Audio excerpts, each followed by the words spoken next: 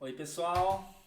Continuando agora a parte 3 aí, né, das nossas aulas 17 e 18. Vamos revisar agora um pouquinho o cone, né?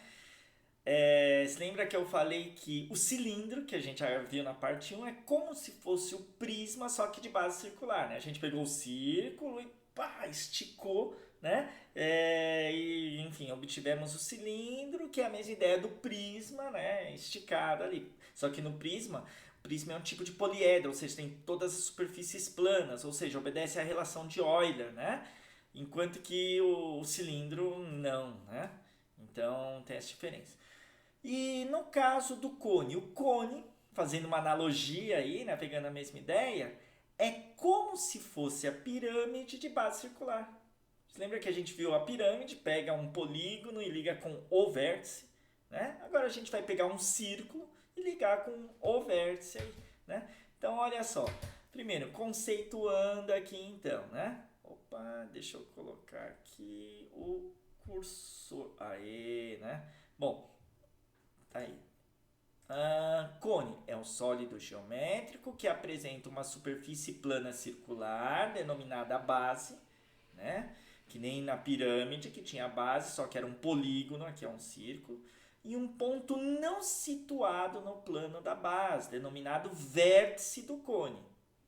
E aí só tem um vértice, não é que nem na pirâmide que tem os vértices da base também, aí só tem um vértice. Ao traçarmos os infinitos segmentos que unem o vértice a todos os pontos da base, então você pega a base e liga todos os pontos da base com o vértice. Quando eu digo a base é o círculo, não é só a circunferência, tá? É um sólido, né? Não é oco. Então, todos os pontos da base obteremos o cone. A superfície arredondada obtida é a superfície lateral, né? Que nem a gente viu no cilindro aí.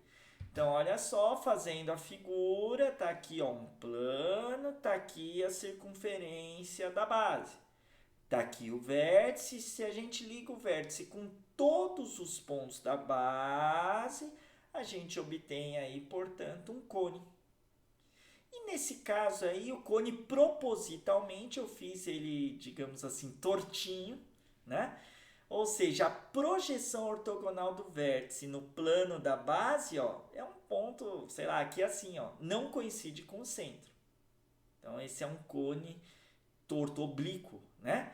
E sendo R o raio da base, a altura é a distância do ponto V ao plano da base, ou seja, até a sua projeção ortogonal, né? Isso aí vai ser a altura H, beleza? Bom, eu fiz até o O, né? Mas é mais ou menos para cá a projeção ortogonal. Mas pode acontecer da projeção ortogonal do vértice coincidir, né, ou cair certinho no centro da base. Aí quando acontece isso, o cone é um cone reto, ou ainda o cone é chamado de cone de revolução, que é o que acontece na maior parte dos exercícios. Assim é muito raro acontecer. Até hoje eu vi acho que uns dois exercícios só de vestibular com isso. O que aparece sempre é o cone reto, porque dá para explorar muita coisa nesse sólido aqui, ó, tá vendo? Então, primeiro, a projeção ortogonal do vértice é o ponto O, né? A distância do V até o ponto O é o centro da base, né? A distância é a altura H. Se a gente liga um ponto da circunferência da base com o centro, a gente traçou o raio, né? E se a gente pega um ponto da circunferência da base e liga com o vértice, a gente traçou o que a gente chama de geratriz do cone reto, ou cone de revolução. Por que esse nome estranho geratriz? Porque é esse segmento que, quando a gente rotaciona, gera a superfície arredondada. Por isso, geratriz. No caso lá do cilindro, se você tentar lembrar do cilindro, a gente pode dizer que tem geratriz, algo que gira e gera a superfície arredondada, que coincidia com a altura. Né? Aqui não, a geratriz é uma coisa, a altura é outra. Lá no cilindro, a geratriz coincide com a altura, aqui no cone, geratriz é uma coisa, a altura é outra. Beleza? Bom, e como eu disse, que a gente consegue calcular aqui, né? Tendo aí a base, né? os elementos da base tendo a altura, a gente consegue calcular o volume, aquilo que eu falei, como eu disse, né? É como o volume da pirâmide. Porque o cone é como se fosse a pirâmide de base circular, ou seja, o volume da pirâmide, a gente viu, é 1/3 da área da base vezes a altura. Então, o volume do cone também é 1/3 da área da base vezes a altura, sendo que a área da base é πr quadrado, então substituindo, o volume é 1/3 de πr ao quadrado vezes h, que você pode memorizar desse jeito, mas, né, eu acredito que não há necessidade, né? Lembra que o cone é a pirâmide de base circular, como se fosse. Não é uma pirâmide porque as superfícies não são todas planas, tá? Bom, e pensando na ideia da rotação, da revolução... antes da rotação, deixa eu só escrever aqui a relação fundamental, né? Relação fundamental do cone, olha só, né? Aplicando-se Pitágoras nesse triângulo, a gente tem que r² mais h² é g². Isso a gente chama de relação fundamental do cone reto. Isso é exclusivamente para o cone reto, tá? O cone de revolução aí, né? Bom, tá aqui R é o raio da base, H é a altura, G é a geratriz. E, como eu disse, esse sólido a gente pode imaginar como sendo obtido a partir da revolução da rotação em torno de um eixo. Então, fiz uma animação aqui para vocês. Então, olha só aqui, né, a animação, né? Deixa eu colocar o cursor, ó. Desenhei aqui um triângulo retângulo e vou girar esse triângulo em torno do eixo que contém um dos seus catetos. Então, tem que ser um triângulo retângulo necessariamente, e a gente vai girar em torno do eixo que contém um dos catetos. Ou seja, eu vou pegar esse B e girar aqui, né, em torno do eixo. Esse ponto B vai descrever certinho uma circunferência, cujo raio, ó, é esse segmento AB, esse cateto AB. Então, olha só aqui a animação, olha só. Realizando a rotação, ó, é isso que vai acontecer. Deixando ativa a opção habilitar o rastro, né? Então, olha só, deixando o rastro ativo, a gente obtém exatamente um cone reto ou cone de revolução, tá vendo? E aí, observando aí, né, fazendo aí a viagem, né, da câmera, aí mudando o ângulo aí de posição, olhando por baixo, tá? Enfim, esse é o cone de revolução. Muitos objetos têm esse formato aí, né? Enfim, os próprios cones de rua. Tem uma comida japonesa muito famosa, né? Que tem esse formato aqui, que é o temaki. Adoro o temaki. Enfim, vários outros objetos têm esse formato aí. Bom, o que a gente pode calcular além do volume, né? Então, olha só, mais uma vez, vamos calcular a área da superfície arredondada, a área lateral, né? Então, ao planificarmos a superfície lateral arredondada de um cone reto, aí a observação tem que ser um cone reto necessariamente, hein? Deixa eu destacar isso aqui, ó, cone reto, ó, tá? Se o cone não for reto, não dá para a gente ter essa ideia aqui. Então, a gente vai pegar uma tesoura, deixa eu desenhar aqui de lado para ficar mais fácil, recortar aqui ao longo de uma giratriz, e aí a gente estica. Quando a gente estica, a gente obtém exatamente um setor circular. Tá aí, que é isso que está aqui marronzinho, né? E aí, se eu quero calcular, então, a área da superfície lateral, eu quero calcular a área desse setor. Deu para imaginar aí esse recorte? E aí, abrimos a superfície lateral do cone, né? Na verdade, na época do Halloween, por exemplo, né, acontece o contrário. A gente quer fazer aquele chapeuzinho de bruxa lá, tal. A gente pega uma cartolina e recorta na cartolina um setor circular. É muito comum fazer no formato de semicírculo até, né? E aí, quando a gente enrola aí a cartolina, a gente obtém exatamente o chapeuzinho ali da bruxa, que tem o formato de cone, né? Bom, e aí o que a gente precisava para calcular a área, então, de um setor circular, né? A área do setor circular tem a ver com esse ângulo central aqui, e tem tem a ver, portanto, com o tamanho desse arco de circunferência. E notem que esse arco de circunferência tem um comprimento que coincide com o comprimento da circunferência da base. Vocês concordam que quando a gente fez o recorte, a circunferência da base, ela veio parar aqui, ó. Então, o comprimento disso aqui é o comprimento da circunferência da base, ou seja, 2πr. Opa, apareceu aqui, lembra que o corte eu fiz ao longo da geratriz, então isso é G, isso é G. E como eu estava falando, aqui é o 2πr, né? Ou seja, né, o que a gente quer calcular é a área de um setor circular cujo raio, desse setor aqui vale G, né? E cujo comprimento do arco correspondente é 2πr. E aí a gente monta uma proporção, né? Então isso é a área lateral. A gente faz a proporção da área com o comprimento.